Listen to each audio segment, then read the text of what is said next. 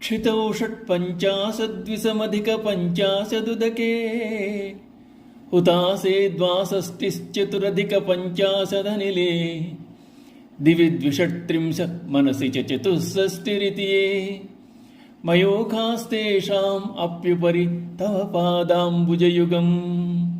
దేవి, పృథ్వీతత్వముతో కూడిన మూలాధార చక్రమునందు 56, జలతత్వానికి చెందిన మణిపూరమునందు 52, అగ్నితత్వమునకు చెందిన స్వాధిష్టానమునందు 62, వాయుతత్వానికి చెందిన అనాహత చక్రమునందు 54, ఆకాశతత్వానికి చెందిన విశుద్ధ చక్రమునందు 72, మనస్తత్వానికి చెందిన ఆజ్ఞాచక్రమునందు 64 సంఖ్యలుగా మొత్తం 360 మయూఖములు అనగా ఏ వెలుగు కిరణములున్నాయో ఆ మయూఖములన్నింటికీ పైభాగమునందు సహస్రదళ మధ్యస్థితమైన చంద్రబింబాత్మైన బైందవ స్థానం అనే సుధాసింధువునందు నీ పాదపద్మద్వయము విరాజిల్లుతోంది.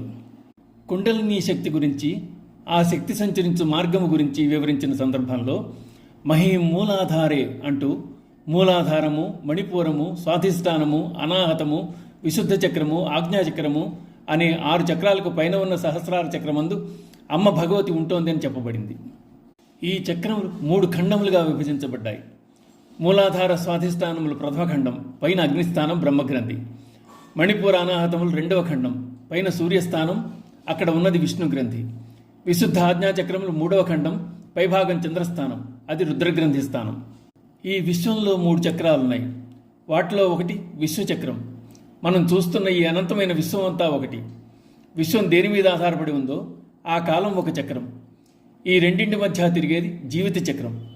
ఈ 3 చక్రాల్లో సంచరించి నడుపుతున్నది తల్లి భగవతి, కాలస్వరూపిణి, విశ్వస్వరూపిణి, మనలో తిరుగుతున్న చైతన్య స్వరూపిణి అమ్మ.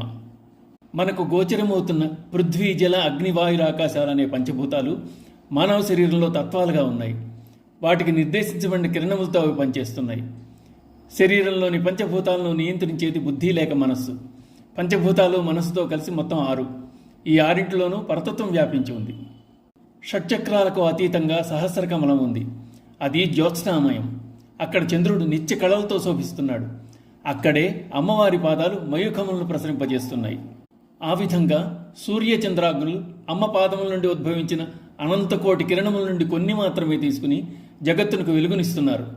సర్వలోకములకు పైన చంద్రకళాచక్రం అనే బైందవ స్థానమునందు ఉన్నవి అమ్మవారి పాదపద్మములు. ఆ పాదముల నుండి వెలుగు లోకాలన్నింటిలోనూ ప్రసరిస్తోంది. శ్రీ మాత్రే నమః.